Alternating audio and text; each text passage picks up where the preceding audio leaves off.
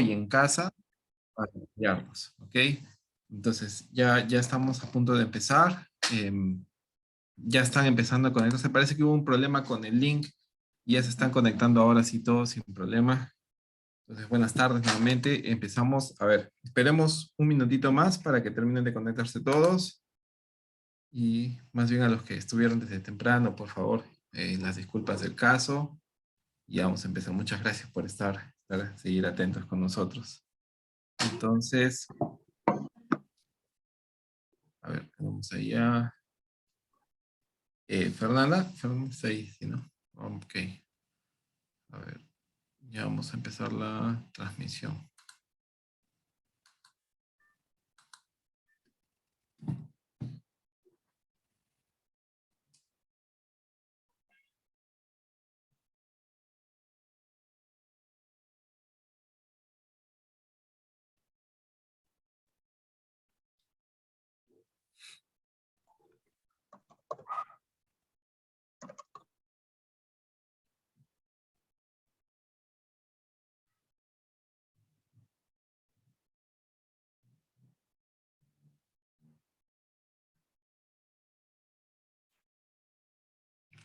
Ok, ahora sí ya se solucionó lo de la transmisión de Facebook, entonces ya estamos en vivo.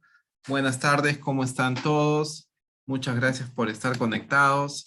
Les saluda Juan Ramírez, soy coordinador de Conversation Language School y en esta tarde vamos a hablar sobre cómo potenciar el aprendizaje de nuestros pequeños, de nuestros hijos, cómo ayudarlos en casa y para ello vamos a ver 3 puntos esta tarde.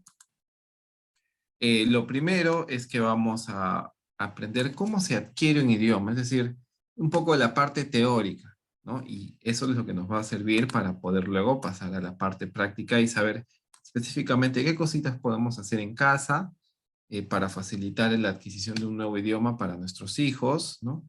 Unos pequeños tips prácticos. Y finalmente vamos a hacerles una pequeña propuesta que Conversa tiene preparada para ustedes y con una promoción, también una sorpresa para los que se queden hasta el final de la charla, que espero que les vaya a ser útil. Entonces ya sin mayor preámbulo, ahora sí empezamos ya con el tema de fondo. Entonces, ¿cómo aprendemos, no? ¿Cómo vamos a explicar cómo es el proceso de aprendizaje de un idioma nuevo? Pero antes de que hablemos más sobre esto, quisiera que cambiemos la palabra. Ya no digamos cómo aprendemos o que hablemos de aprendizaje, sino que hablemos de adquisición, ¿ok? ¿Y por qué quiero que hablemos de adquisición y no de aprendizaje? Porque ahí está la primera clave para facilitar este proceso. Cuando hablamos de aprendizaje, de repente pensamos en cómo aprendemos matemáticas, cómo aprendemos historia, geografía, etcétera, ¿no? Que son cursos importantes también, ¿no? Pero son formas de conocimiento que son distintas a la habilidad de un idioma. Entonces, digamos, así como no es lo mismo estudiar el corazón que estudiar el cerebro, lo mismo no es tratar de llegar a tener un nuevo idioma o tener un nuevo conocimiento sobre historia o sobre matemáticas. Son habilidades distintas y por tanto, y especialmente en el caso del idioma, se requiere una metodología propia, una forma de aprender, entre comillas, propia. Y entonces no hablemos de aprendizaje, perdón, sino de adquisición. ¿Por qué? Porque en idiomas, el idioma es algo que nosotros adquirimos, algo así como, suena más como algo que se nos pega, no algo como, no suena tanto como un esfuerzo consciente que hacemos, así como, por ejemplo, historia, lo tenemos que sentar y leer el libro, o ver un documental, o escuchar a nuestro profesor para que nos explique la historia, o lo mismo con matemática, tenemos que agarrar el libro y hacer ejercicios, ¿no? Y tenemos que ver la explicación y luego tratar de buscarle la lógica. Pero el idioma tiene unas características particulares que en resultado terminamos adquiriéndolas, ¿no? Que son cosas que adquirimos casi por arte de magia a veces, ¿no? Entonces, ¿y cuál es el ejemplo? Cuando el español, nosotros todos hablamos español, ¿no es cierto? Creo que nadie de los presentes, bueno, de los presentes tal vez algunos hablen otros idiomas, ¿no? Pero creo que el común denominador es que todos hablamos español. Y si todos hablamos español, y con el detalle de que todos hablamos español desde la cuna, por así decirlo, ¿no? O sea, es nuestra lengua materna. Y entonces, la pregunta aquí, para los que están conectados en el Zoom, y también si es que los que estaban en el, pues, los que están conectados en el Facebook también pueden participar, pero ahora los que estamos conectados en el Zoom, quisiera preguntarles, ¿a qué academia de idiomas fueron para aprender español? A ver en el chat, los escucho. ¿Qué academia de idioma fueron para aprender español? Y bueno, no voy a esperar las respuestas porque ya sé, obviamente, es una pregunta retórica. Ya sé que nadie fue a una academia para aprender español. Todos ustedes lo sacaron desde antes, ¿no es cierto? O en todo caso, ¿qué libro de texto utilizaron sus papás para enseñarles español en casa, antes de que ustedes, para que empezaran a dar sus primeras palabras? ¿No? A veces cuando hago estas preguntas me dicen de repente, usaron el libro Coquito, pero no, en realidad Coquito es para aprender a escribir, un libro que aprendemos, que utilizamos para una vez que ya sabemos el idioma, ¿no? O sea, o por lo menos hablarlo, ¿no? Entonces, y podría hacer preguntas así en ese estilo, pero creo que entienden mi punto, o lo que estoy tratando de transmitir aquí es que nosotros la lengua materna no la hemos aprendido porque, digamos, hayamos hecho un esfuerzo consciente de niños cuando teníamos 2 o 3 años y nos hayamos sentado o llevado un curso de español para poder aprender a hablar español, ¿cierto? Simplemente empezamos a hablar español, empezamos a hablar algunas palabras, algunas instrucciones básicas, empezamos a entender algunas ideas básicas, ¿no? Y de a poco empezamos a decir cosas más complejas, oraciones completas, aunque sean simples, ¿no? Y ya luego en el camino fuimos desarrollándolo más y hablando cosas mucho más complejas, ¿no es cierto? Así es como fuimos desarrollando el español. Pero en esencia fue algo como que se nos pegó, porque si bien los papás siempre estamos tratando de enseñarles a nuestros hijos palabras, ¿no? Desde pequeños, por ejemplo, yo ahorita tengo un pequeño de 2 años y que estamos tratando de enseñarle nuevas palabras, pero realmente las primeras palabras que él ha sacado las sacó él solito. O sea, hemos tratado de enseñarles palabras y algunas las ha aprendido, pero la gran mayoría de cosas que dice las termina sacando él solo y cosas que a veces ni nos damos cuenta, pero las está adquiriendo él mismo, ¿no? Y así sucede con todos nuestros hijos, ¿no? Y ustedes ya son papás seguramente de niños que ya tienen 8, 9, 10 años o más, ¿no? Y entonces todos ustedes son plenamente testigos de lo que les estoy diciendo, ¿no? Los hijos aprenden como por arte de magia, el idioma lo van desarrollando solitos y a veces nos sorprende y nos emociona ver cómo lo desarrollaron, ¿no? Cosas que a veces ni siquiera nos habíamos dado el esfuerzo de enseñarles y lo aprendieron, ¿no? Lo adquirieron, la clave, ¿no? Como que, como algo que simplemente lo pegas, como que lo recoges del suelo, lo adquiriste, ¿no? Entonces, es que así es el idioma, porque así está diseñado nuestro cerebro, ¿no? Esa es parte de nuestra evolución que nos permite adquirir un idioma, ¿no? Entonces, simplemente al estar expuestos al idioma, es decir, si se dan cuenta, nuestros hijos, desde que nacen hasta que tienen, pues, no sé, 3 años, cuando ya empiezan a hacer oraciones completas, simples, pero completas, ¿no? ¿Cuántas horas al día habrán escuchado de español? ¿No? Pónganle unas 4 horas al día, pónganle 10 horas al día, digamos, en promedio, ¿no? Solo como un mínimo, ¿no? 10 horas al día por 365. O sea, son 3.650 horas al año. Por 3 años son casi 10.000 horas de estar escuchando español. En 10.000 horas de escuchar cualquier idioma, les apuesto que ustedes aprenden el idioma que sea, aunque sea chino, japonés, lo que sea. Cualquier idioma, si escuchan 10.000 horas de ese idioma, lo van a aprender, ¿no? Entonces, y esa es la clave, ¿no? Que nosotros ya estamos diseñados para aprender un idioma a partir de la mera exposición, o sea, simplemente estar expuestos al idioma constantemente, ya aprendemos el idioma, ¿no? Pero obviamente acá está el tema, nosotros no tenemos 10.000 horas disponibles para ponernos a aprender un idioma nuevo en este momento. Nosotros, ni tampoco nuestros hijos, que tienen obviamente más tiempo libre de repente que nosotros que ya estamos trabajando, pero igual no creo que tengan 10.000 horas, ¿no? Entonces, ¿cómo aceleramos ese proceso de adquisición, ¿no? Entonces, hay que ver qué sucede en esas 10.000 horas, ¿no? En las cuales llegamos, tras las cuales aprendemos cualquier idioma.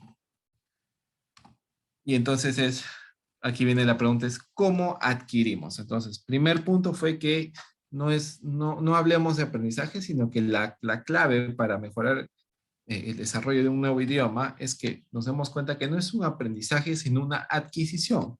Es decir, algo que cogemos en el camino, no es algo que necesariamente venga de un esfuerzo consciente, ¿no? Y como les dije, la prueba de ello es el español. Hablamos español por naturaleza, ¿no?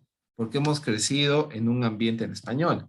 Y lo mismo si hubiésemos nacido en Alemania, hablaríamos alemán, y en Italia hablaríamos italiano, por arte de magia, ¿no? Como popularmente se dice, ¿no? Entonces, pero no necesariamente porque nosotros hayamos ido cuando teníamos 2 o 3 años a una academia de español para aprender, ¿no? Simplemente lo adquirimos. Entonces, ¿cómo? ¿No? Pero ya les dije, ¿no? Ese proceso probablemente no tuvimos unas 10.000 horas, digamos, de estar escuchando español, y en 10.000 horas de escuchar cualquier idioma, uno le aprende. Pero nadie tiene 10.000 horas en el bolsillo para poder invertir en aprender un nuevo idioma, ¿no? Ni siquiera nuestros hijos que tienen bastante tiempo libre de repente, ¿no? Aunque cada generación viene con menos tiempo libre. Entonces, ¿cómo aceleramos ese proceso? ¿Cómo los ayudamos, no? Entonces, aquí viene el tema. ¿Cómo adquirimos, no? ¿Qué sucede en esas 10.000 horas, no? Que hace que uno de simplemente estar expuesto a esas 10.000 horas de idioma termine aprendiendo un idioma, ¿no? Y es que es lo que sucede, es algo que se llama, o que el teórico Stephen Krashen, que es un gran autor en el aprendizaje de inglés, le llama Comprehensible Input Plus One, que es, por así decirlo, entrada comprensible más uno. ¿Qué significa esto? Entrada comprensible es mensajes de un idioma que sean entendibles. Por ejemplo, si yo les pongo, a ver, les pongo esta palabra, annoyed person. ¿Cuántos de los presentes saben qué significa annoyed person? No me digan qué significa, solo díganme si saben, si sé o díganme no sé. ¿Cuántos saben así, ahorita, en este momento, saben qué significa annoyed person? De repente algunos, si pueden decirlo en el chat, si saben, pueden levantar la mano, ¿no? Vamos a ver cuántos. De repente la mayoría no lo sabe. Yo espero que, o creo que probablemente la mayoría no lo sepa, no salvo que hayan estudiado inglés anteriormente, pero creo que por cultura general la mayoría no lo va a saber. Ahí vemos, por ejemplo, no dice no sé, ¿no es cierto? Annoyed person, ¿qué significa? Más o menos, de repente, person sí podemos entender qué significa. Person, persona, eso sí, bastante obvio, ¿no? Pero annoyed person, ahí esa parte como que no, ¿qué significa entonces? Ahora, les pongo otro ejemplo. Antes de que les diga la respuesta a esa, les voy a poner otro ejemplo. Serious person. Ahora les estoy poniendo una foto encima, ¿no? Serious person. ¿Cuántos se dan cuenta qué significa serious person? A ver, levanten la mano o digan en el chat, entiendo, díganme, a ver, o díganme qué significaría serious person, a ver en el chat, si lo entienden, levanten la mano, o si quieren, escriben en el chat lo que significa serious person. Ok, también ahora voy a revisar el Facebook, a ver, a los que están conectados con la transmisión también para ver sus respuestas. Ahí estamos con la transmisión. Ok. Ahí tenemos un par de conectados. Entonces, creo que es bastante obvio qué significa serious person, ¿no es cierto? Serious person, una persona seria. Y encima tienen la foto de una persona seria. Entonces, creo que cualquiera rápidamente entiende qué significa. No necesita mucho esfuerzo para saberlo, ¿no es cierto? Ok. En cambio, en el caso de annoyed person, no tengo una foto para valerme, ¿no? Y la palabra es rara, ¿no? Porque person sí la entiendo por el español, tengo algo de dónde apoyarme. pero annoyed no lo entiendo, ¿no? O sea, no tiene nada que ver con el español, ¿no? Entonces, a ver, vamos a ver, les voy a poner una imagen. Todavía no les voy a decir qué significa annoyed. Ahora, miren la imagen. ¿Qué creen que signifique annoyed person?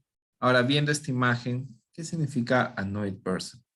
Ahora el significado se hace más claro, más entendible. Annoying. No, hay annoyed y también hay annoying. Annoying es otra. Ajá. Pero solo por la imagen, ¿no? ¿Cuál sería annoyed? Viendo la imagen. Annoyed person. Una persona molesta. Miren, todos lo entendieron rápido, ¿no es cierto? Persona molesta. Cuando solo les dije las palabras, es como que annoyed person, persona algo, ¿no? ¿Qué será? Pero les pongo la imagen y la palabra y al toque, ¿no? Instantáneamente, nuestro cerebro no necesita ni tomarse 3 segundos y ya captamos el mensaje, ¿no? Y eso es lo que sucede con nuestro cerebro incluso desde que somos pequeños, ¿no? Eh, entonces, ¿a qué quiero llegar con esto? Estos son ejemplos de lo que llamamos entrada comprensible, ¿no? Si yo les ponía la palabra annoyed person, esa no es una entrada comprensible, porque es algo, para alguien que no sabe inglés, ¿qué será? ¿No es cierto? En cambio, cuando les puse la imagen y luego les puse annoyed person, ahí sí se entiende, ¿no? Ah, eso significa una persona molesta, ¿no? Una persona irritada, etcétera. Entonces, ¿qué significa esto? Que una entrada comprensible significa es un pedazo de lenguaje que está en un contexto que nos permite entender el significado sin necesidad de agarrar un diccionario que nos diga qué significa o tener que estar agarrando o tener que estar preguntándole al profesor qué significa, ¿no? ¿Qué es lo que sucedió con nosotros, con todos nosotros y también con nuestros hijos cuando aprendimos el español? ¿Acaso nuestros papás nos dijeron qué significa manzana? ¿O nos explicaron qué significa te quiero? ¿No? O qué significa mamá. No creo, ¿no? Tal vez algunas palabras sí nos explicaron, ¿no? Especialmente las más complejas cuando éramos más grandes, como democracia, por ejemplo. Pero palabras simples, no. Por ejemplo, ¿cómo aprendimos a decir manzana? Porque nosotros de bebés o de niños, cada vez que veíamos una bolita roja, esta bolita roja que tiene un olor bien agradable, que tiene un sabor dulce, ¿no? Y una contextura especial. Y cada vez que veíamos esta bolita roja, nuestros papás hacían un sonido, manzana. Y nos fuimos dando cuenta que la palabra y el sonido siempre iban juntos, ¿no? Cada vez que veíamos esa bolita roja dulce, nuestros papás decían manzana. Y eventualmente, por lógica, dijimos, un día se nos ocurrió decir manzana y nuestros papás nos dieron una manzana y nos dimos cuenta que manzana significa eso. Manzana es esa bolita roja dulce con ese aroma especial y agradable. Entonces, así es como se forma el lenguaje, ¿no? Y de a poco así hemos construido un lenguaje desde palabras simples hasta ser capaces de tener una conversación compleja en nuestro propio idioma con otra persona o con muchas personas, ¿no? Así es como se desarrolla en base a comprehensible input, a entradas comprensibles, es decir, a un montón de casos donde hemos visto la palabra en un contexto que nos ha permitido darnos cuenta del significado sin necesidad de preguntar abiertamente qué significa o tener que leer un diccionario para saber qué significa, simplemente por puro contexto. Y así hemos construido el significado de todo nuestro idioma, ¿no? O de la gran parte de nuestro idioma. Entonces, eso se llama entrada comprensible. Pero ojo, ¿por qué dice más uno? ¿A qué se refiere? Se refiere a que siempre esta entrada comprensible tiene que ser un cachito más compleja de lo que ya sabemos. No puede ser, no puede estar a nuestro nivel de entendimiento, es decir, algo, por ejemplo, si yo les pongo una foto de una persona y les digo, y la palabra person en inglés, les digo, ¿qué significa esto? Todos van a decir, bueno, person, ¿no? ¿Aprendieron algo en particular?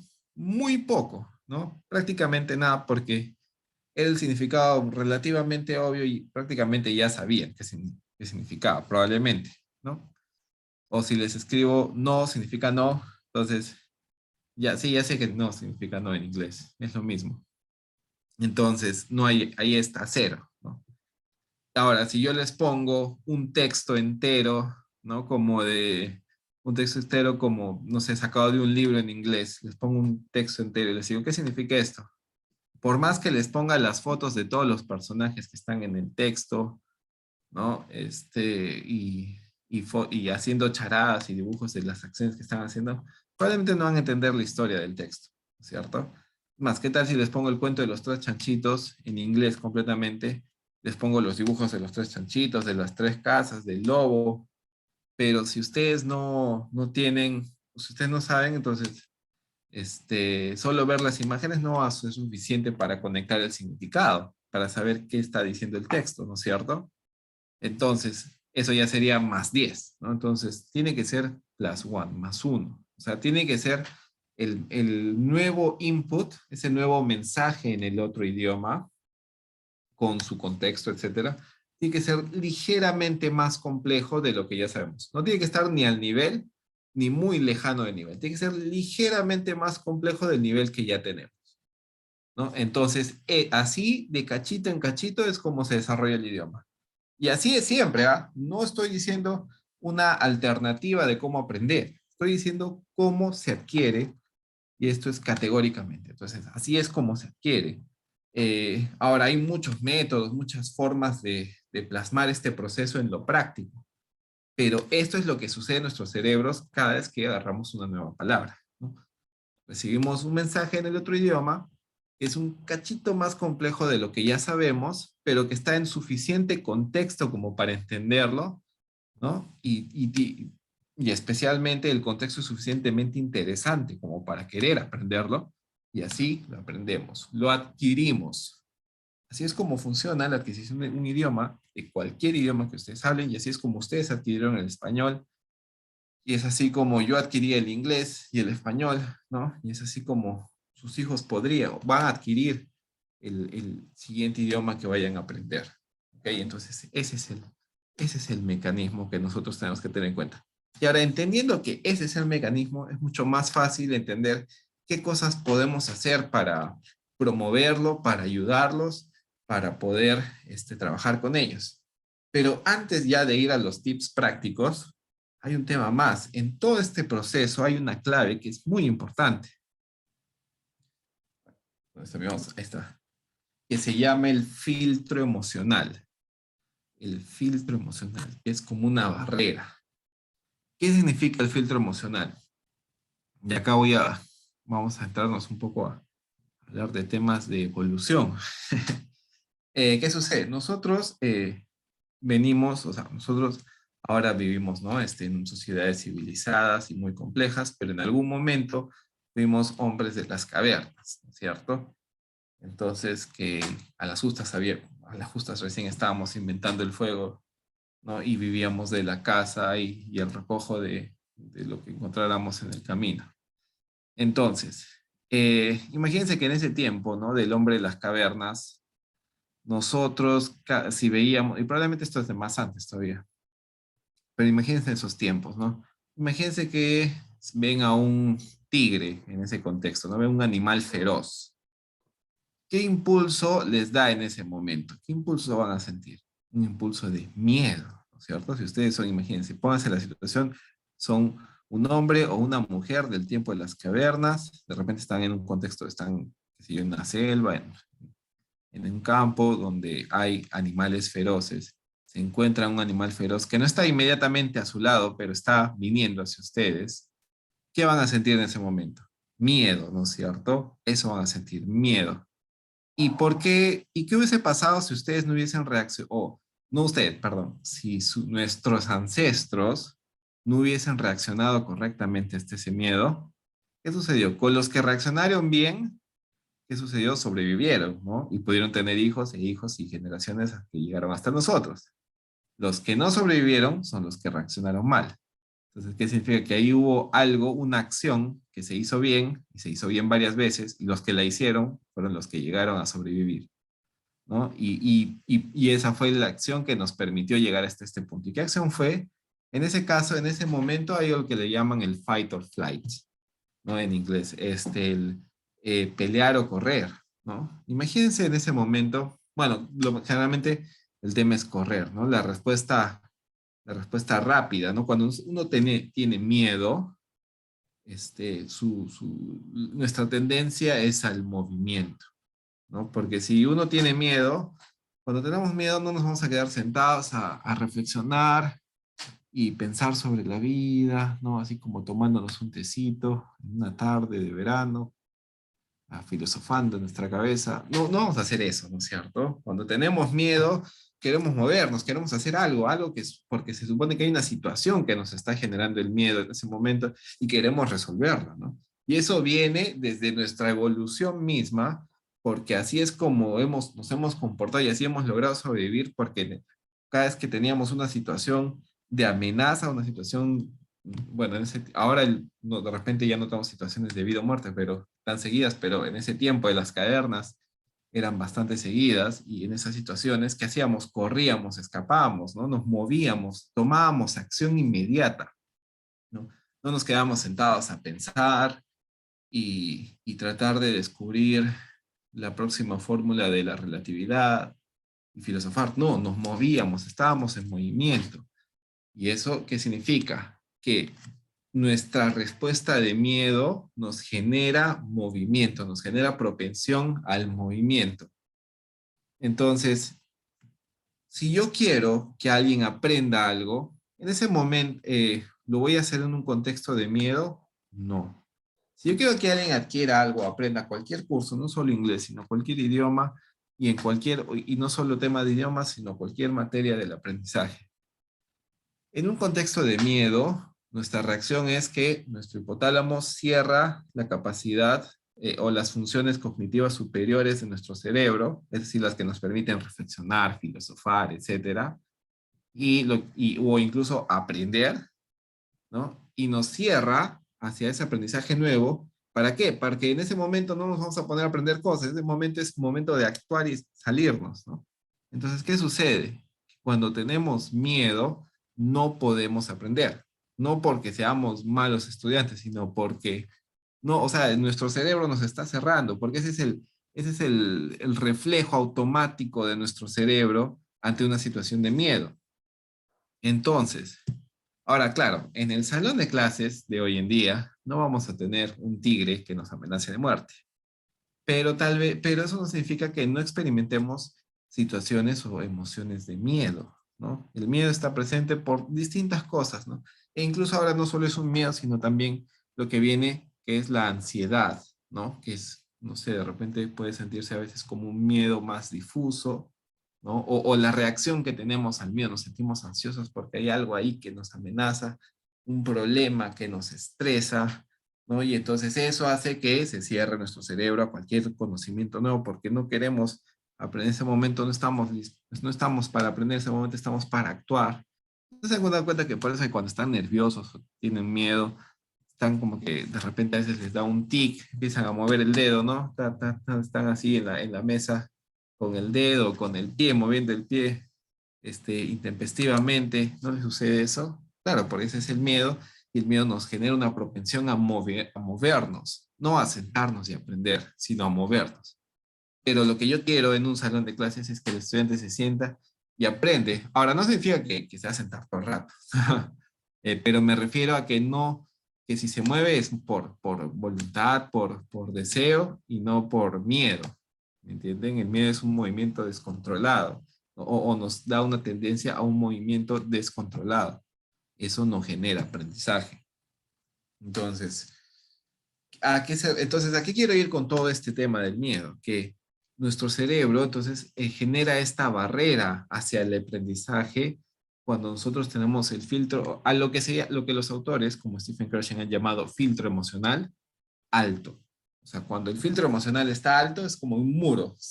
Nuestro cerebro ha levantado un muro y aquí nadie me pasa, acá no entran conocimientos nuevos. ¿Ok? Entonces, ¿cómo queremos nosotros como docentes, como teachers o como padres que queremos apoyar el aprendizaje de nuestros hijos? ¿Qué queremos? Que el filtro emocional esté bajo para que pueda pasar el conocimiento. Filtro emocional alto es un muro, que queremos bajar ese muro. ¿Ok? ¿Y qué significa eso? en términos prácticos, en un salón de clases, ¿no? Si el alumno se siente confundido, si el estudiante se siente nervioso, tiene miedo porque de repente el docente es un poco agresivo, o de repente los materiales de estudio no son muy cómodos, no son muy atractivos, etcétera. Todo eso por distintas cosas se pueden generar ese miedo en el estudiante, ¿no? Entonces la idea es que nosotros tratemos de bajar eso, ¿no? Mientras más le bajemos el estrés, el miedo, la ansiedad a nuestros hijos, más fácil va a ser que ellos aprendan, ¿no?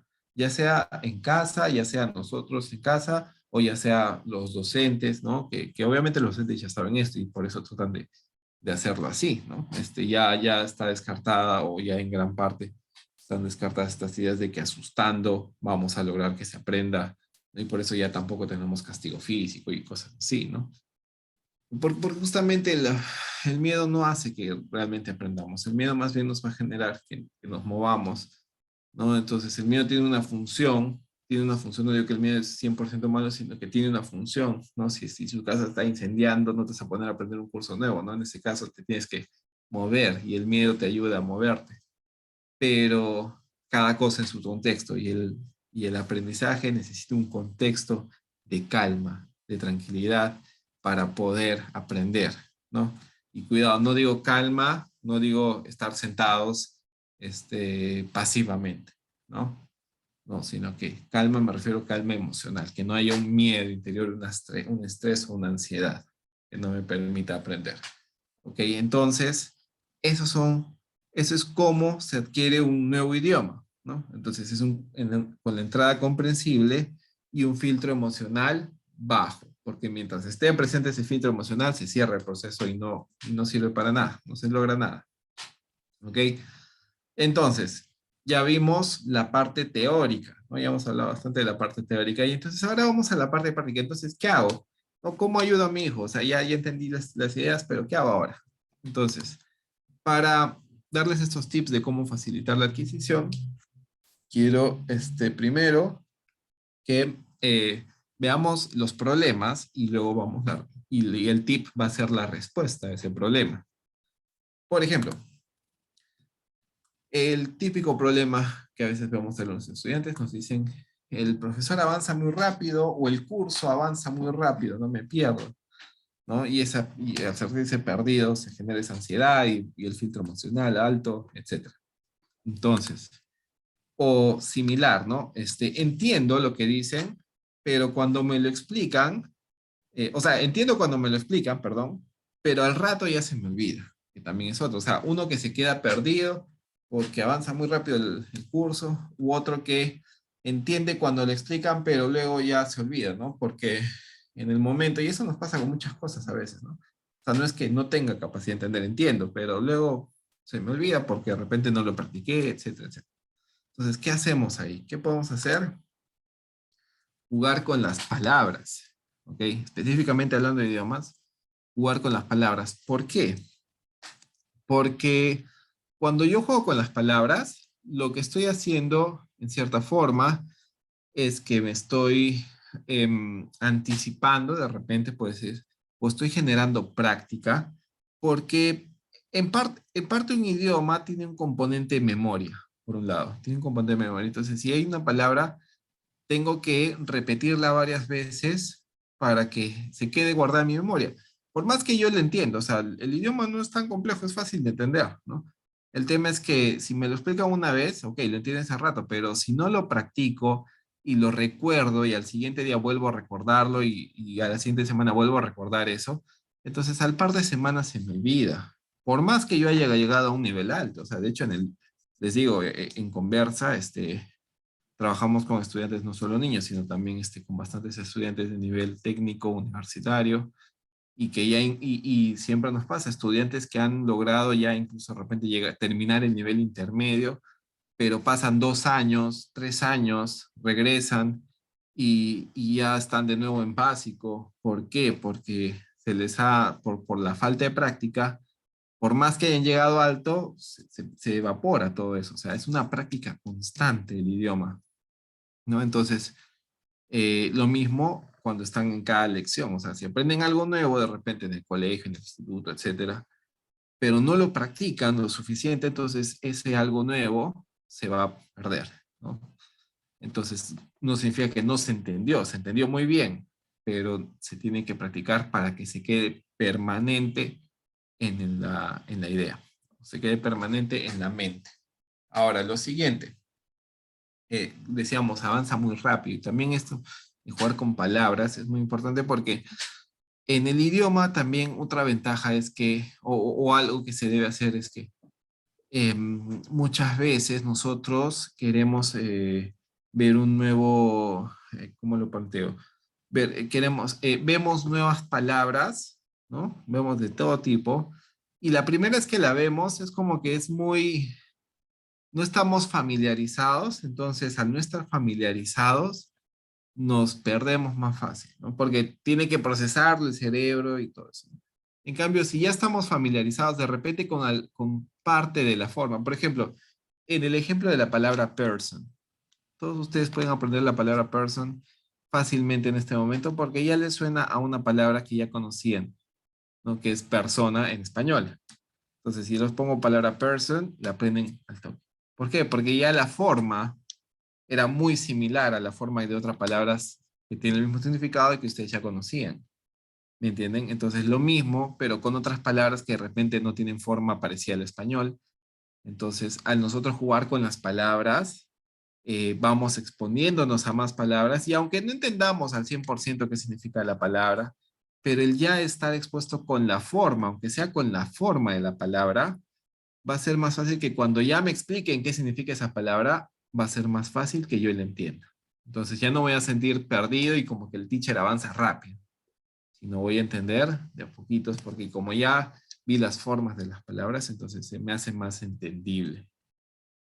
Entonces, entonces ahora, ¿cómo podemos jugar con las palabras? Ahora sí les voy a decir algunos juegos que podemos hacer.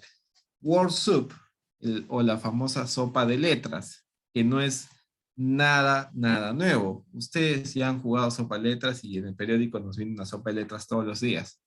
Pero bueno, un Word Soup en inglés. ¿Ok? ¿Y cómo lo podemos hacer? Porque de repente yo no sé inglés, ¿cómo voy a diseñar una sopa de letras para mi hijo y una para cada día? Escucha, imposible. No es necesario, no se preocupen. Por ejemplo, ¿no? Sabemos que hoy en día todos los chicos están llevando inglés, en el colegio en el que están llevando inglés, entonces una forma que puedo hacer muy rápida es ver que mi hijo me diga las 10 o 15 palabras que tienen que aprenderse esta semana o que ha visto la semana pasada, de repente, o que se vienen para la siguiente semana según su libro.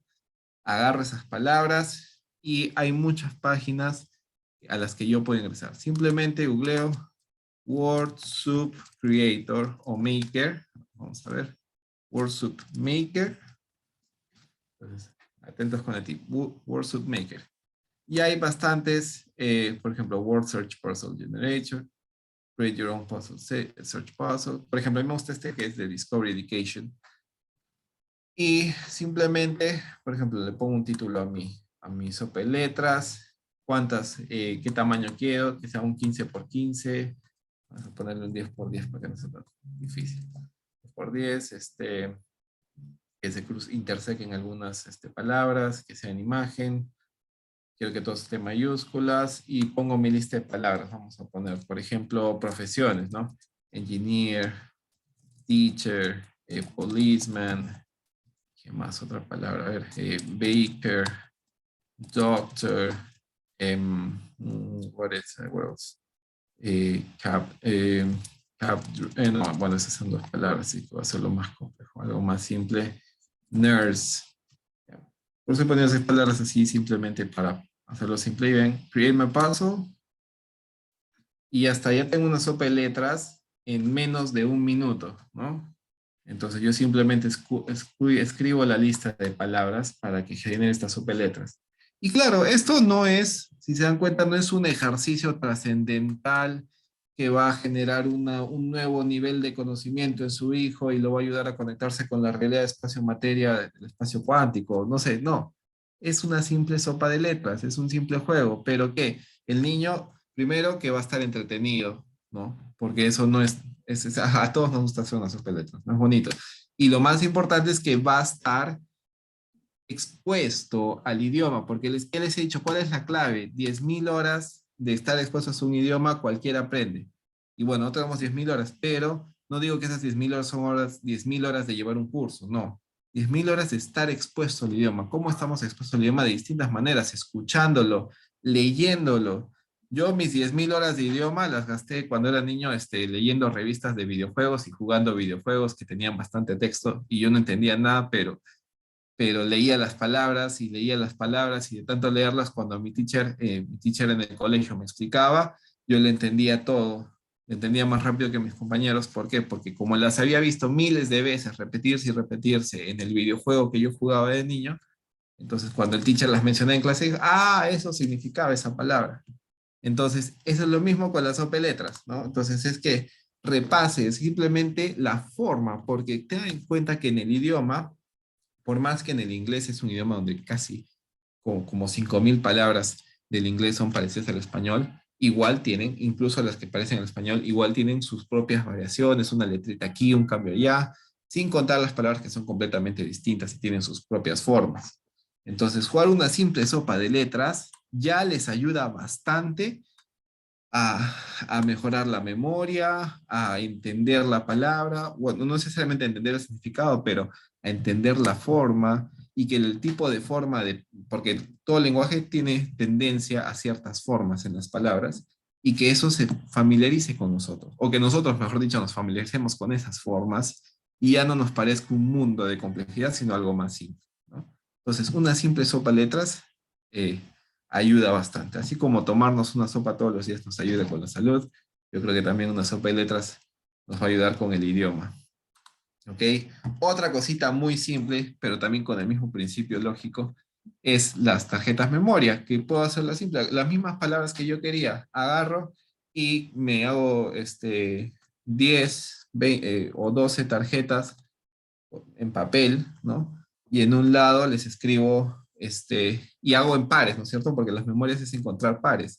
Pero aquí está el tema. En el par no va a ser la misma palabra. Por ejemplo, eh, teacher, teacher, ¿no? Sino de repente una dice teacher y la otra dice profesor. Entonces, eso. O puedo poner teacher, teacher también, no hay problema. La idea es que el estudiante vea las palabras y las vea y las vuelva a ver y se sienta familiarizado con esas palabras. ¿Ok? Memory cards. Y finalmente, letter scramble, que es como decir como jugar con letras, pero al azar, es como decir un revuelto de letras. Entonces, ¿qué agarro? Este, hay varias formas de jugar letter scramble, hay varias variaciones. Una que pueden hacer rápido es simplemente escriban letras o lo pueden hacer imprimir, este, y las recortan, ¿no? Y hacen una bolsita con un montón de letras a ver cuántas pueden hacer, cuántas palabras logran formar, ¿no? A ver quién forma más palabras, ¿no? Con las letras que están ahí disponibles. U otra variación, eso también se le llama Scrabble, ¿no? U otra variación del Scramble, de repente les doy las palabras, perdón, les doy las letras a mis hijos y yo sé que y esas letras corresponden exactamente a 10 palabras, ¿no? A ver si ellos logran como que ordenar todas esas letras que están ahí revueltas para encontrar esas 10 palabras, ¿no? De nuevo, como les digo, esto no les va a ayudar a llegar a un entendimiento profundo sobre el significado de esas palabras. No. Lo que va a hacer es facilitar la adquisición, va a aumentar la exposición del estudiante a esas palabras, de manera que cuando venga la parte de significado, de repente que ya lo hizo en el colegio, o lo está haciendo, o por su cuenta, no digo necesariamente en el colegio o en el instituto, etcétera, cuando venga la parte de analizar la palabra, ¿no? Ya con la parte cognitiva, va a ser mucho más fácil, va a ser 1000 veces más fácil que esa palabra se entienda y se retenga y por tanto se pueda utilizar en términos prácticos y reales, no simplemente un conocimiento teórico aislado, sino términos prácticos de saber cómo se usa la palabra y usarla y poder ser capaz de usarla en una conversación. Eso es lo que nos permite esos tres simples jueguitos, ¿no? Cosas que podemos hacer al toque nosotros en casa. Y cuesta, no cuesta nada, ¿no? Muy fácil. Entonces, primer tip de la tarde. Segundo tip de la tarde. Pero primero veamos qué problema tenemos. Tengo miedo a equivocarme y este es un tip, perdón, ese es un problema que tienen muchos estudiantes, ¿no? Se les desarrolla ese miedo, ¿no? Ya no quiero intentar porque ya no, y me voy a equivocar, ya sé que me voy a equivocar, ya no quiero nada ya. Y ese es mucho, eso les ha pasado a todos, incluso a nosotros, de repente nos pasó con algún tema en algún momento. Entonces, aquí viene la solución, equivocarse. Equivocarse es que generar un ambiente, una cultura del error, una cultura que no digo que el error está bien, o sea, que el error, que decirle que no decirle a alguien que se ha equivocado y decirle que está todo lo que hace es perfecto y está bien. No, eso no es tener una cultura del error. Una cultura del error es simplemente que cuando alguien se equivoca, se entiende porque es parte del proceso y los errores suceden. El problema no es equivocarse, el problema es no corregir el error, ¿no? Entonces, si vemos que alguien se equivoca, si vemos que nuestros hijos se equivocan y nosotros les tenemos una reprendida terrible, entonces, ¿qué va a hacer? Va a empezar a tener miedo. Podemos llegar a generarle el daño de que ya no quiera hacer nada, ¿no? De pasar de a, en vez de tener la acción que queríamos, que era que no se equivoque, simplemente a la falta de intento, ¿no? ¿Cómo se le dice? Al desapego, me parece que es la palabra correcta, ¿no? Entonces, que tampoco queremos llegar a eso, ¿no? Que el hijo ya no quiera hacer nada. Queremos que haga, ¿no? Y que no tenga miedo de equivocarse, porque los errores van a suceder. Eso también parte de nosotros internamente tenemos que darnos cuenta, que los errores van a suceder, ¿no? Y yo entiendo como padre, de verdad les entiendo, entiendo ese impulso de a veces que nuestros hijos hacen a veces algunas cosas que nosotros decimos, ay, lo quiero agarrar, pero tenemos que nosotros saber moderarnos, ¿no? O sea, saber retroalimentar a nuestros hijos, saber decirles que se han equivocado sin llegar al punto de traumarlos, ¿no? Porque a veces no nos damos cuenta, pero alguna actitud, alguna conducta puede llegar a generar digamos, esa consecuencia no deseada, ¿no? Entonces, hay que permitir que se equivoquen, que experimenten, que prueben, y así van a poder llegar a un mejor entendimiento. Entonces, que no tengan miedo de equivocarse con el idioma, que lo practiquen, que lo utilicen, aunque se equivoquen, ¿no? Porque en el idioma eso es muy importante, el ensayo y error es esencial en el idioma, y lo hemos tenido en el español. O sea, cuando nuestros hijos eran pequeños, no tenían ese miedo, esa vergüenza a equivocarse hablando español, ¿no? Y a probar palabras, ¿no? Y bueno, y les decíamos, ay, no, no se dice así, se dice así, ¿no? Y así fueron construyendo, o sea, nadie, no creo que a ninguno le hayamos hecho sentir mal, como una mala persona a ninguno de nuestros hijos cuando se equivocaban contra el español. Entonces, lo mismo con el inglés, ¿no? Que no tengan miedo a equivocarse, hay que ayudarles con esa autoestima, esa confianza, que generen esa autoconfianza, ¿no? Que se equivoquen mil veces, porque así es como van a lograr aprender a hacer lo correcto, ¿no? Y esto también se traduce en entonces que nosotros demos, en términos prácticos, seamos dóciles con el feedback, o sea, seamos moderados, sepamos corregir, y ahora no se trata de corregir cada pequeñísimo error, porque ahí también a veces, y eso algunos docentes cometen ese error, ¿no? De que quieren corregir cada detallito, ¿no? Hay detalles relevantes y detalles que no son relevantes, ¿no? Eh, por ejemplo, si yo quiero que aprenda a hablar sobre sus rutinas y se equivoque en una coma, pero esa coma no me genera un cambio drástico en el significado, entonces no se la voy a corregir. No le voy a decir, oye, esa coma no va ahí. Porque prefiero que se centre en errores esenciales del tema, ¿no? De repente que me está hablando del pasado, cuando yo quería que enseñarle que hablo en rutinas. Entonces, eso sí es un error esencial, porque no es lo mismo yo fui a yo suelo ir, ¿no es cierto? Entonces, eso sí es un error importante a corregir, pero dependiendo del tema que se esté enseñando en un momento. Entonces, lo igual con nuestros hijos, o sea, hay que saber qué se corrige y qué no se corrige. O sea, primero o sea, hay que corregir lo bonito, hay que ser moderados, no hay que gritarles o hacerlos sentir mal. Y segundo, hay que saber cuándo corregir y qué corregir, ¿no? No hay que corregir cada pequeña imperfección, porque no hay tiempo. No hay tiempo para corregir cada una cosa. Y probablemente va a ser un ensayo, un ejercicio estéril, un ejercicio inútil, porque son tantos detallitos que al final no se corrige nada, se olvida. O sea, le doy un detalle de 1000 errores que cometió en ese escrito, y al final no va a corregir ninguno porque ninguno, o sea, quise memorizar 1000 errores, ¿no? O 1000 soluciones. No, se corrige una cosa importante, ¿no?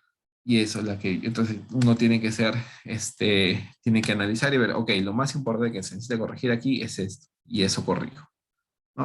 Ok, ahora sí. Y el último problema es la típica de me aburro en clase, ¿no? Que nos pasa a nuestros estudiantes, bueno, no a nuestros estudiantes, pero les pasa a muchos estudiantes, me aburro en clase, ¿no? Que nos vienen a nuestros hijos, nos dicen eso, me aburro en clase, por eso no estoy aprendiendo, no, o sea, no me conecto con el docente, no entiendo, ¿no? No me engancho, ¿no? ¿Qué podemos hacer? Y acá el tema es presentar el idioma en forma divertida. Entonces, de repente, si yo tengo un hijo que en su clase no le están presentando el idioma en forma divertida, yo sí puedo hacerlo, ¿no? Y como les dije, yo personalmente, por ejemplo, bueno, sí he tenido docentes que han sido divertidos cuando yo estudié en el colegio de niño, ¿no? Y lo agradezco mucho. Pero también me tocó algunos docentes medio aburridos, ¿no? Y con los que, mm, ojalá, qué suerte que no fueron mis primeros docentes, ¿no? Porque tal vez no hubiese llegado a donde llegué con el inglés si hubiese empezado con esos docentes. Entonces, ¿qué se puede hacer? Pero por suerte, lo que a mí nunca me falló es que yo siempre a mí me gustaba bastante en ese tiempo los videojuegos y las revistas, ¿no? Los cómics, todas esas cosas de niños. Y tenía bastante acceso a, bueno, primero los videojuegos, que en ese tiempo no había la opción de español y todos teníamos que jugar los videojuegos en inglés, ¿no? Y segundo, que tampoco, y las películas y bueno, por suerte tuve algunos primos que me traían cómics en inglés y no entendía nada, pero veía y los leía por las imágenes, ¿no? Pero leía las palabras y las veía, ¿no? Repetidamente, ¿no? Y lo mismo con la televisión, porque también muchos canales no hacían doblaje en ese tiempo, todo era subtítulos, ¿no? Y si bien puedes leerlo, pero igual no puedes escucharlo, ¿no? Entonces, igual de tanto ver televisión con subtítulos en español, ¿ah? No, ni siquiera les digo en inglés. Eventualmente es más fácil, o sea, nos adaptamos a eso. Por más que no lo estamos haciendo conscientemente y no nos damos cuenta, pero nos estamos acostumbrando. Entonces, eso es presentar el idioma de forma divertida, es decir, asociar el idioma con cosas que hacemos de manera recreativa. Porque si yo, para mí, el idioma es simplemente una materia académica que quiero aprobar para sacar mi título y mi certificado y poder graduarme y ser un mejor profesional, entonces no voy a aprender nada. No voy a aprender nada. Por más, bueno, tal vez algunos que son muy estudiosos y tienen una ética académica muy alta, van a lograrlo, pero creo que la gran mayoría no llegaríamos muy lejos con eso. No, el idioma tiene que ser parte de nuestros hobbies. Si el idioma no es parte de lo que hacemos por diversión, entonces, ¿qué significa? Que cada hora, cada minuto que yo le aplique al idioma va a ser un esfuerzo, ¿no? Y pueden hacer 10.000 horas de esfuerzo. ¿Quién se puede esforzar por 10.000 horas para un solo tema? ¿Mm? ¿Quién puede hacerlo por 10.000 horas? ¿No? Pero 10.000 horas de juego, uy, al toque. 10.000 horas de juego les hace cualquiera. Entonces, es lo mismo. Entonces, si yo voy a pensar que el idioma es algo que tengo que hacer 10.000 horas de esfuerzo, ¿no? Entonces, no voy a aprender nada. No voy a dedicar 10 horas, 100 horas de repente, 500 horas el más trabajador, y de ahí me olvido. ¿No? Entonces, no, tenemos que asociar el idioma, ya sea el inglés o cualquier otro idioma que queramos aprender, con las actividades que hacemos por diversión. De esa manera, digamos, si yo hago una hora de práctica de inglés por mi colegio, por mi instituto, etcétera, y hago una hora más de televisión en inglés o de revistas en inglés, qué sé yo, lo que sea que haga en inglés, entonces ya no estoy practicando una hora de inglés al día, estoy practicando dos, ¿no? Entonces, y si veo una hora de televisión y leo una hora de post en Facebook en inglés y hago una hora de trabajo de inglés del colegio, entonces, ¿cuántas horas estoy haciendo de inglés? Tres. No estoy haciendo una, estoy haciendo tres.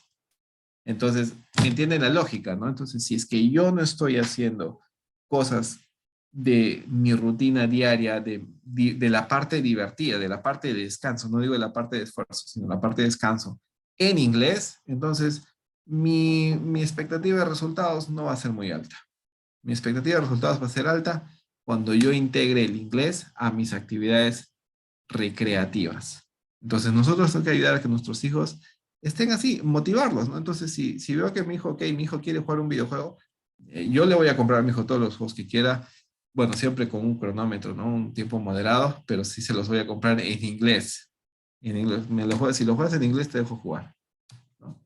Aunque no entienda nada, porque el niño igual se va a divertir, ¿no? Y va a estar expuesto al idioma, ¿no? Entonces, al final, cuando le toque revisar esas partes, esas palabras, esas frases en su curso de inglés, va a entender mucho más rápido. Entonces, esa es la idea, ¿no?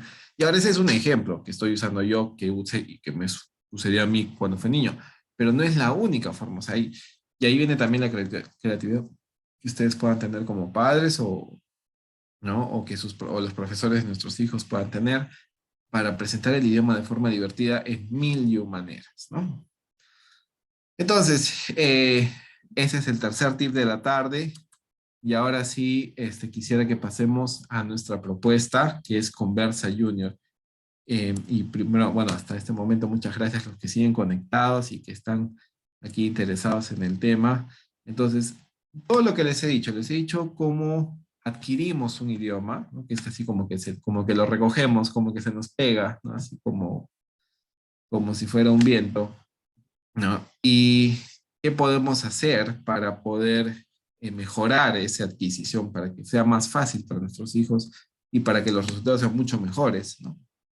Entonces, todo eso, toda esa teoría y esos tips prácticos son cosas que nosotros en nuestro curso de Conversa Junior los hemos integrado desde el diseño. O sea, no es que vamos a agarrar un curso y lo vamos a adaptar así para que encaje con eso. No, desde el diseño hemos dicho, ¿cómo hago un curso que tenga estos principios? Entonces, el resultado ha sido Conversa Junior, que es lo que hemos diseñado para sus hijos en este momento. Este es el primer año de trabajo que viene realizándose con Versa Junior hasta el momento con buenos resultados. Yo creo que los chicos están avanzando muy bien. Estamos desde febrero con esto, ¿no?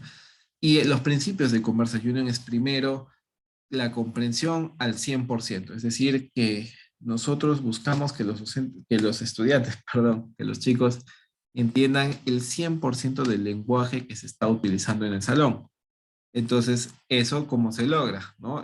Primero, o sea, simplificando el lenguaje, ¿no? Entonces, nosotros creemos que si es que no hay una comprensión al 100% de cada una de las palabras que se están utilizando, entonces es lo mismo que nada, ¿no? O sea, muchas veces de repente en otras escuelas o digamos otras perspectivas de cómo se debe aprender un idioma, creen que simplemente es un tema de hablarles en inglés desde el día uno, entiendan o no entiendan, de repente hacerles un poco de fonomímica y a ver si entienden algo.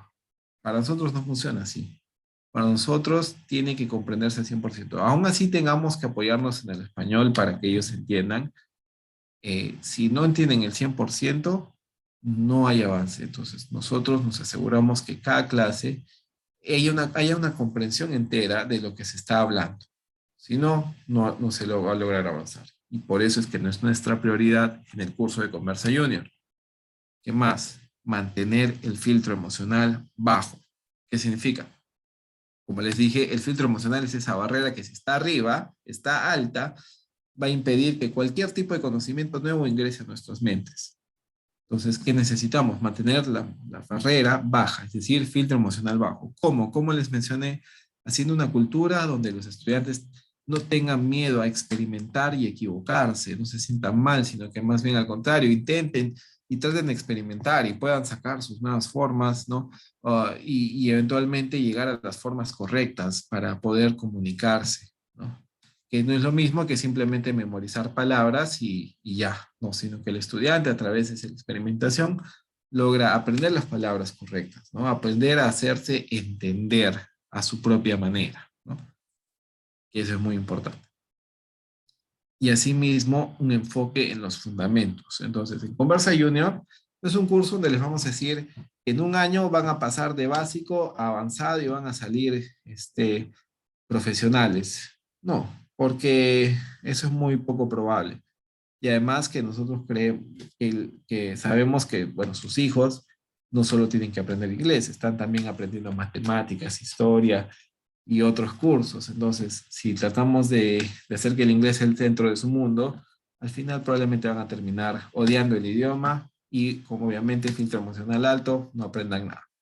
No, nosotros preferimos que los estudiantes desarrollen los fundamentos de manera fuerte, ¿no? De manera sólida.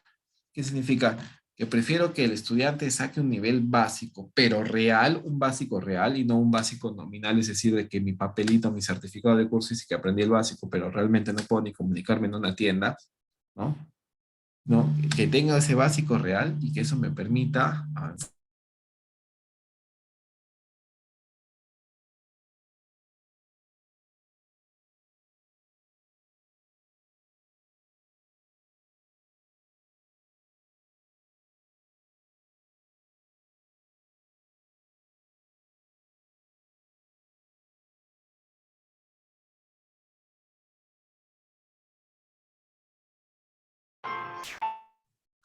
Perdón, aló, se cortó creo. ¿Me escuchan? ¿Me escuchan bien? Sí, sí, te escuchamos, Juan. Ah, ya, perdón, se fue un poco rollo esto, creo.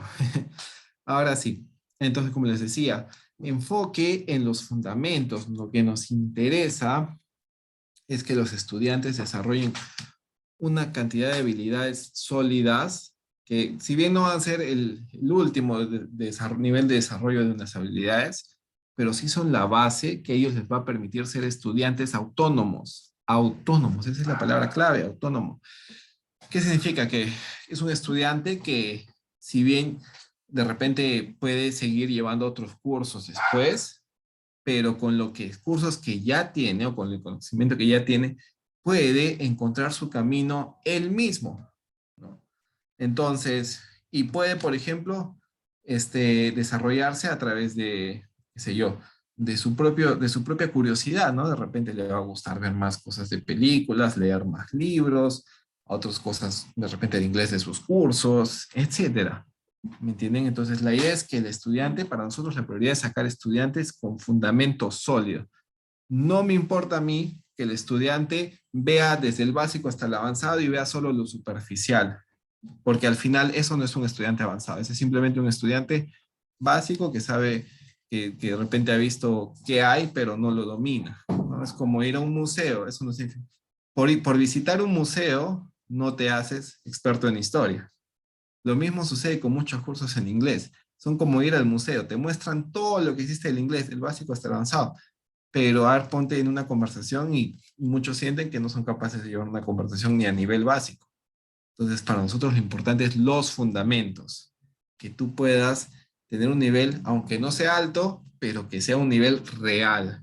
Y ese nivel real te va a permitir seguir construyendo de manera autónoma, o sea, tú mismo, ¿no? O bueno, en este caso, sus hijos por sí mismos, ¿no? Entonces, ese es nuestro objetivo, que al final del programa los chicos tengan la capacidad, un nivel de comunicación básica, pero que les permita construir ellos mismos su propio camino a partir de ahí, ¿no? Su propio desarrollo. Y eso va a ser un desarrollo real y no simplemente un desarrollo nominal que sale en papel. ¿Ok? Entonces, eso es lo que nosotros hemos tenido muy presentes a la hora de diseñar este curso de Conversa Junior.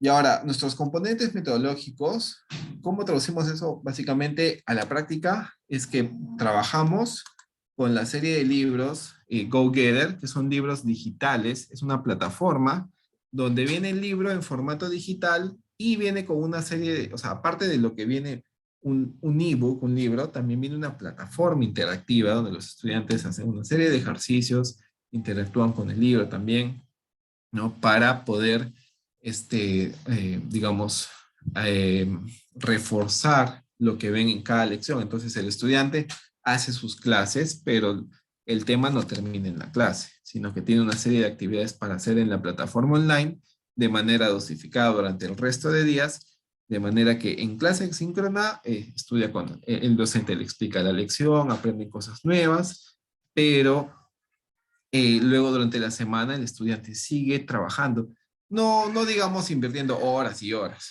¿no? Sino que de repente un 15 minutos un lunes, unos 20 minutos el martes, unos 5 minutos el miércoles, o sea, de cachito en cachito, digamos, ¿no? De manera que va siendo un aprendizaje constante, una exposición constante, no una cosa de un día, sino que una exposición constante a lo largo de la semana y lo más importante, algo manejable para el estudiante, porque en el momento en que el estudiante se estrese, sintiendo que hay un mundo de cosas que tiene que hacer, entonces ya por gusto va a intentar aprender, porque no va a aprender nada. El estudiante tiene que ser capaz de sentirse cómodo y a gusto con el ritmo de avance. Y eso es lo que tratamos de lograr con esta plataforma online, ¿no? De manera que en clase, como les digo, hacen su práctica, pero luego durante el resto de días hacen de cachito en cachito ejercicios pequeños para mantener activo el conocimiento hasta la siguiente sesión síncrona. Todo es digital, por cierto, vale decir. Seguimos en la era digital, especialmente por esta pandemia. Y el otro gran componente metodológico para nosotros es TPR, bueno, sesiones síncronas que mencioné, y la metodología TPRS, que significa Teaching Proficiency Through Reading and Storytelling, que básicamente es enseñar a través de historias, pero no historias de que simplemente se sientan y les cuento un cuento, sino que los docentes están capacitados en esta metodología específica, que es una forma de contar una historia de manera interactiva con la participación del estudiante, de manera que, y bueno, historias especiales también que están construidas de manera que se van presentando la información de cachito en cachito, como les decía, ¿no? Entonces, primero se presenta una frase y sobre esa frase se construye otro más y los estudiantes también van aprendiendo a preguntar, van aprendiendo a conversar y a como diríamos en español, chequear su comprensión. Entonces, no es que simplemente cuento una historia, a ver, ¿qué entendiste? ¿Entendí esto? Ah, sí, bien. ¿Y tú qué entendiste? ¿Entendí esto? Ah, mal. Y ahí acabó. No, así no es. Sino que cada frase, cada línea de la historia se va construyendo sobre el entendimiento del estudiante de manera que al final de la historia el estudiante entiende el 100%, ¿no? Y no ha sido una historia en donde el estudiante ha estado pasivo, sino que ha estado completamente activo en cada momento de la historia. El estudiante tiene que hacer una respuesta, ha tenido que hacer una intervención de un tipo, algún tipo de juego, algún tipo de representación, etcétera. Entonces, no es una historia simplemente que se cuente y ya, sino que es una historia completamente interactiva y que asegura que al final el estudiante se entretenga y que logre un 100% de comprensión del lenguaje de esa historia. Y a través de esas historias se van construyendo más conocimientos, ¿no? Y eso permite que el estudiante no sea solo un aprendizaje, como les dije, aprenda solo teoría, sino que aprenda comunicación real, porque todo, a lo largo de toda esa historia es un 100% no solo de comprensión, sino de interacción con su docente, ¿no? Algo así como nosotros aprendimos el español interactuando con nuestros papás a lo largo de múltiples y múltiples ocasiones y conversaciones que tuvimos desde que teníamos 2 o 3 años. Así, lo mismo, pero recreado en el salón. Y obviamente tratando de ser un poco más eficientes con el tiempo. ¿Ok? Entonces, esos son los componentes metodológicos de Conversa Junior. ¿Ok? Ahora, entonces, como les digo, el curso Conversa Junior tiene la metodología TPRS y los horarios son sábados de 9 a 12 de la mañana. ¿Ok? Todos los sábados, como les digo, es una sesión los sábados. Durante la semana se hacen actividades en la plataforma hasta el siguiente sábado, ¿no? Y son 4 sábados por ciclo. El total son 9 ciclos, es decir, 9 meses, y cada ciclo es de un mes. La evaluación en este curso es también particular, es distinta. No son exámenes, como decir, yo me siento, me tengo que conectar a responder preguntitas.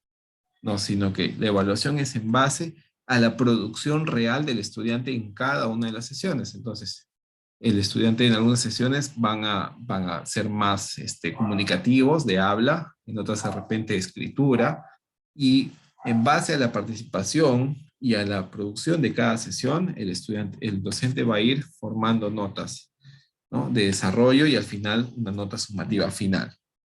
Entonces, también se dan cuenta que en el sistema de evaluación se refleja esta visión de cómo es la adquisición del lenguaje. Y entonces, bueno, este es el curso Conversa Junior, esta es la parte académica y que espero que les sea interesante y que queríamos tomarnos también estos minutos para poder presentárselos a ustedes. Y esta es, bueno, la inversión de tiempo. Ahora, me parece, Pame, este es creo que no estoy seguro si son los precios de la campaña pasada o los precios Sí, actualizados. ¿qué Entonces, tal? ¿Cómo estás? ¿Cómo están, Juan? ¿Cómo están todos? Muy buenas tardes. Esta es la parte comercial, esta es la oferta que tenemos activa para ustedes el día de hoy. Bueno, primero que nada, agradeciendo a Juan por toda la exposición del área académica. Pero ya en este momento vamos a comentarles cómo se estructura, ¿no? Básicamente el tema de los costos. Como el programa tiene una duración de 9 meses, el nivel básico, entonces el costo real de este curso en la matrícula más la primera cuota es de 220 soles y de la cuota 2 a la cuota 9 ustedes harían una inversión de 150 nuevos soles. Sin embargo, estamos con un descuento activo del 10% hasta el día 16 de mayo, que sería el día lunes de la próxima semana. Les queremos dar ese tiempo para que ustedes puedan analizar y puedan tomar la decisión con calma, ¿no? De poder inscribir a sus pequeños, pero a la par para que aprovechen también el precio de lanzamiento que tenemos, ¿no? De esta campaña. Entonces, en ese caso, la matrícula más la primera cuota sería de 200 soles y de la cuota 2 a la cuota 9 estarían ustedes pagando 135 soles al mes, ¿ya? Entonces, ese sería el precio con descuento, ¿sí? Como ven, es un precio bastante asequible al bolsillo para que los chicos comiencen a capacitarse, aprovechen la oportunidad y sobre todo, no todo el acompañamiento que se les va a dar por ser, bueno, por ser básicamente un curso cuasi personalizado, ¿ya? En grupos pequeños. Ahora, respecto a la inversión del libro, nosotros solamente usamos un libro por esa etapa de los 9 meses, el libro es digital y el costo es de 85 soles al contado, ¿ya? Es la única compra que ustedes van a hacer durante todo el curso. ¿Sí? Entonces, durante esos 9 meses, aparte de ganar un certificado en nombre de TechSoup y en nombre de Conversa, además del descuento del 10%, ¿no? Que como ustedes han visto, es en base a 200 soles, la matrícula más la primera cuota, y de la 2 a la 9, 135 soles. La otra inversión, ya general, por esos 9 meses sería de 85 soles al contado, ¿no? Entonces, eso es lo que les estamos ofertando. Juan, no sé si hemos expuesto la parte de los horarios, pero bueno, básicamente estamos ofertando ahorita el turno de los sábados, de 9 a 12 de la mañana, con 10 minutos de break. Sabemos que de lunes a viernes es un poco complicado porque los chicos se encuentran estudiando, pero de 9 a 12 de la mañana ya viene siendo un horario asequible el día sábado para que ellos puedan enfocarse en el programa de inglés, ¿no? Entonces, Juan, sí, estos son nuestros descuentos actuales. Este es el precio actual del libro y bueno, eso sería por parte mía. Ahora, otra sorpresa especial que les quiero dar el área comercial también, antes de que me olvide, disculpa, es que se les está obsequiando un curso gratuito de texto virtual por la inversión, ¿ya? Y por otro lado, estamos iniciando clases el día 9 de junio, ¿ya? Entonces tenemos un mesecito para iniciar clases. Y bueno, eso sería la oferta que les tenemos, ¿no? Ujú. Sí, claro, Juan. entonces, muchas gracias, Pame. Entonces, de nuevo, para recapitular, para este curso, nosotros estamos iniciando el 9 de junio, así que todavía tienen tiempo para inscribirse, pero para acceder a estas ofertas que Pame les ha mencionado, traten de inscribirse esta semana que viene o hasta la semana que viene para que no se pierdan de estos descuentos. Ahora, nuevamente, para reiterar, el curso tiene 9 meses de duración. Ustedes pueden hacer el pago por cuotas, digamos, financiado, o empiezan con un pago, o pueden pagarlo por adelantado también, para tener más accesos a más descuentos. Y a lo largo de estos 9 meses, van a ir trabajando con la plataforma. El libro viene 85 soles aparte. Y sobre todo esto, digamos, ya sea que ustedes paguen todo de frente o, digamos, en el precio digamos, el precio por partes. Una de las ofertas que TechSoup les está dando un regalo para todos los presentes es que al matricularse van a recibir acceso a un curso de TechSoup virtual. ¿Qué es TechSoup virtual? TechSoup virtual es parte de TechSoup, es el área de cursos virtuales, cursos online de TechSoup, en los cuales tienen un gran catálogo y uno de los que estamos incluyendo de regalo es, pueden elegir el curso de logística e inventarios de almacenes, el curso de Excel intermedio Y si no me equivoco, Pame, ayúdame, ¿cuál era el tercer curso que se está ofreciendo? Liderazgo efectivo para la industria 4.0. Liderazgo efectivo. Entonces, Ujú. tienen cualquiera de estas tres opciones, que es un curso que, si bien el curso de inglés es para su hijo, pero ustedes pueden llevar estos cursos ustedes mismos, o de repente tienen un hijo mayor, que de repente ya está en edad de universidad, edad de instituto, entonces pueden darle el curso a él, o pueden llevarlo ustedes mismos, o se lo dan al papá o a la mamá, etcétera. Entonces, es decir, se llevan el curso y ustedes deciden a quién, digamos, a quién le donan el curso si es que no lo quieren llevar ustedes mismos, ¿no? Y de nuevo les digo, tienen opción de curso de Excel intermedio, curso de inventarios y logística, control de almacenes y el curso de, PAME, ¿no? Se me fue. Liderazgo efectivo. Ajá, liderazgo Liderazgo efectivo para la efectivo, industria. sí. Ajá. Entonces, ustedes tienen estos tres cursos disponibles para poder, poder llevarlos. Y estos son cursos que vienen con su propia certificación, ¿no? Eso sí, eso es por haber estado presentes en esta charla y si se inscriben dentro de esta semana o la siguiente. Entonces, que no se les pase, aprovechen esa promoción. Básicamente se están llevando el curso Conversa Junior y un curso más gratis. Entonces, pronto también vamos a hacer de repente, si ustedes tienen perdón, no charlas, sino preguntas, ahora ya no nos va a dar mucho tiempo para revisarlo en detalle, pero Pamela les está poniendo acá su link, por si acaso yo también se los voy a copiar, para que tengan el link de Pamela del WhatsApp, para que ustedes puedan hacerles más preguntas, de repente algún tema no quedó claro, ya sea del tema de cómo se enseña, o el tema de los descuentos, etcétera. Cualquier pregunta que tengan puedan hacerle llegar por el WhatsApp a Pamela. Este, Ahora, una pregunta interesante que sí nos han dejado y vamos a aprovechar para responder antes de terminar todo. ¿Hay un siguiente ciclo para que los niños sigan el avanzado? Bueno, eso creo que no he mencionado. Las edades para este curso son de 9 a 12 años. Es la edad idónea. Ahora, yo les podría decir, sí, que se matricule con 8 años, que se matricule con 13 años, pero no sería honesto de mi parte. Yo creo que la edad idónea, de acuerdo a la forma como hemos realizado el curso y los materiales que estamos utilizando, el rango perfecto o ideal para el estudiante son 9 a 12 años. Si vienen, de repente si ya tienen 13, 14, entonces todavía no tenemos un curso para edades después de 13, 14. Estamos en desarrollo, vamos a lanzarlo pronto, pero ahorita no se los podemos ofrecer. Igual para edades de menores a 9 tampoco podemos ofrecerles en este momento porque esos cursos están en desarrollo. Conversa Junior es nuestro primer curso en el que estamos abordando este sector, digamos, de menores de edad y queremos ir trabajándolo pacientemente para poder asegurar los mejores resultados en vez de tratar de abarcar muchos sectores y luego no poder satisfacer las necesidades de los estudiantes.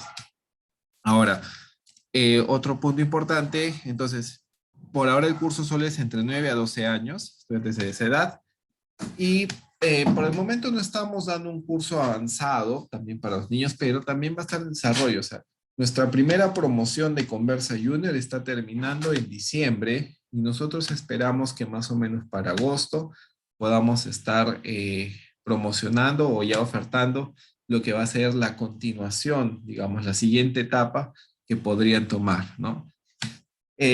Pero por ahora estamos en esto, ¿no? Entonces, estamos tomándolo con calma para poder ofrecerles la máxima calidad y toda nuestra atención, ¿no?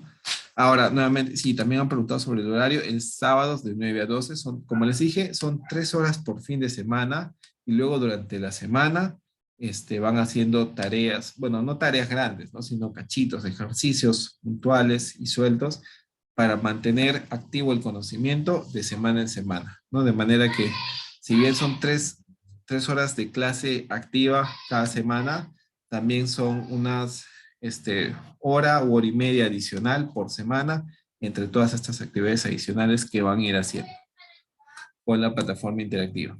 Ahora sí, por un tema de tiempo, ya se nos acabó el tiempo y de repente van a quedar algunas preguntas por ahí.